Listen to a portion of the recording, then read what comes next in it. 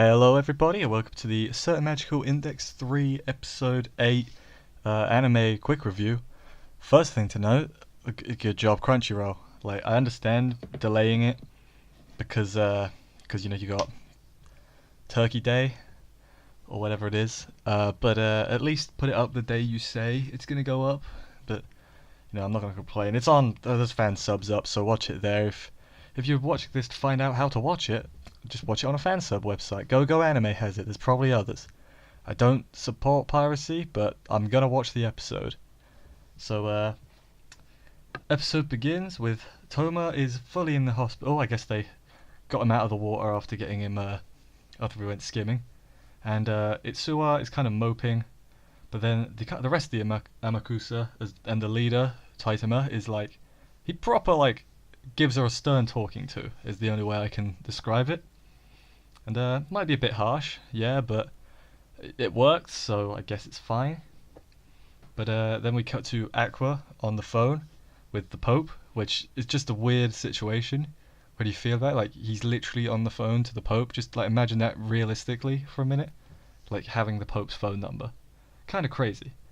But he's basically explaining why he's choosing not to kill him if he can help it, and it's basically just because he doesn't have to. Like, he's not a threat without the hand, which, yeah, makes sense. But what about the dragon? I wonder if we'll ever get an explanation for that. Not in this series, I don't think so. But then while he's on the phone, the unarmored CG mechs show up, and he's like, okay, just testing them out. And his dodging is pretty cool. He's just like, I think I read somewhere it's because he's got like superhuman speed and strength because he's a saint. But yeah, it was alright. But then we cut to Sherry and Ursula on the phone, and they're just talking about like Aqua. They found information about him. He was a knight, but he wasn't really, because as they reveal later, he was meant to be knighted, but then he like ran away, disappeared. So he never actually got knighted. Instead, they like list off later on like, all these things he did. He's like, he seems like an alright dude. It's kind of confusing as to why he's on the bad guy's side, because they list everything, and he's like, oh man, he was he helped out homeless people, he shared information about medicine and all this, and it's like, okay, that's not bad. He's an alright guy.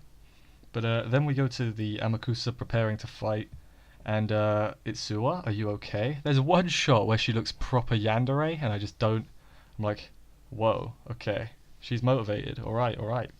She's best girl though, so I'll forgive it. But then after that, Ursula gives them the information that I've already said, so I'm not going to go over it again. Then we go to Aqua, who shockingly destroyed most of the mechs. They were unmanned, so no one died. And then the Amakusa kind of arrive, and they have a little bit of banter with Aqua, like kind of like pre-fight banter, I'll call it.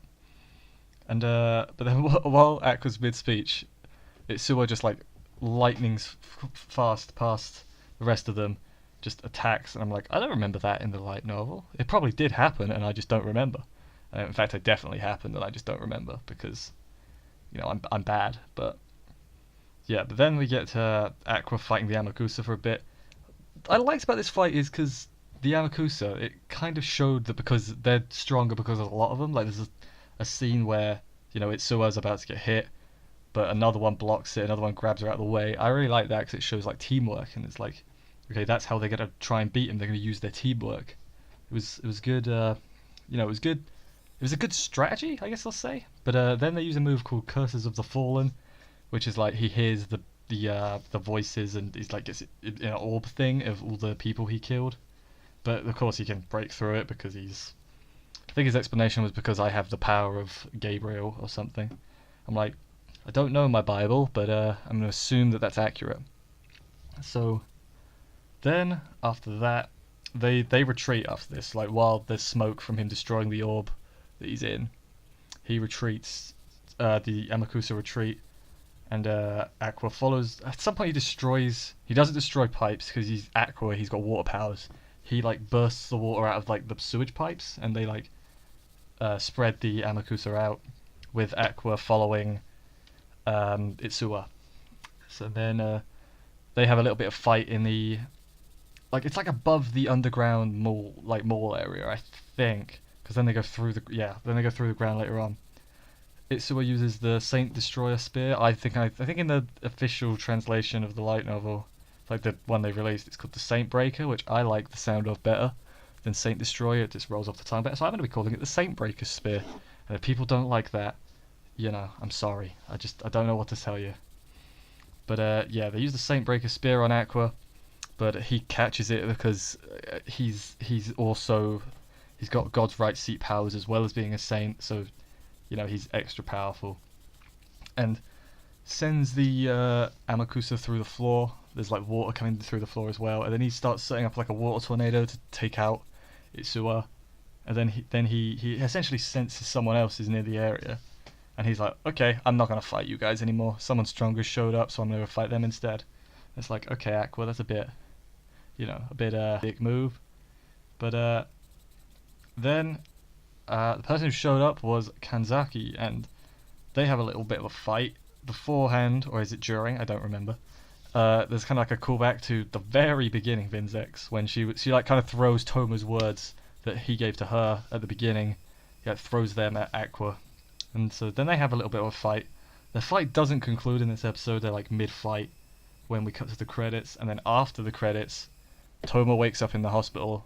He was absent most of the episode, but yeah, he wakes up in the hospital, says sorry to Index, and then goes to fight, limping the whole way because he's just a trooper. That's just. So we're gonna finish this arc next episode, and then I'm not gonna know what's going on because this is the last book I've read. So I'm gonna be, man, that's gonna be exciting. Yeah, I like Aqua of the Back. I feel like there's way more to him that we don't know yet, and whether or not he comes back later, or whether he shows up again, I don't know because I've not read ahead.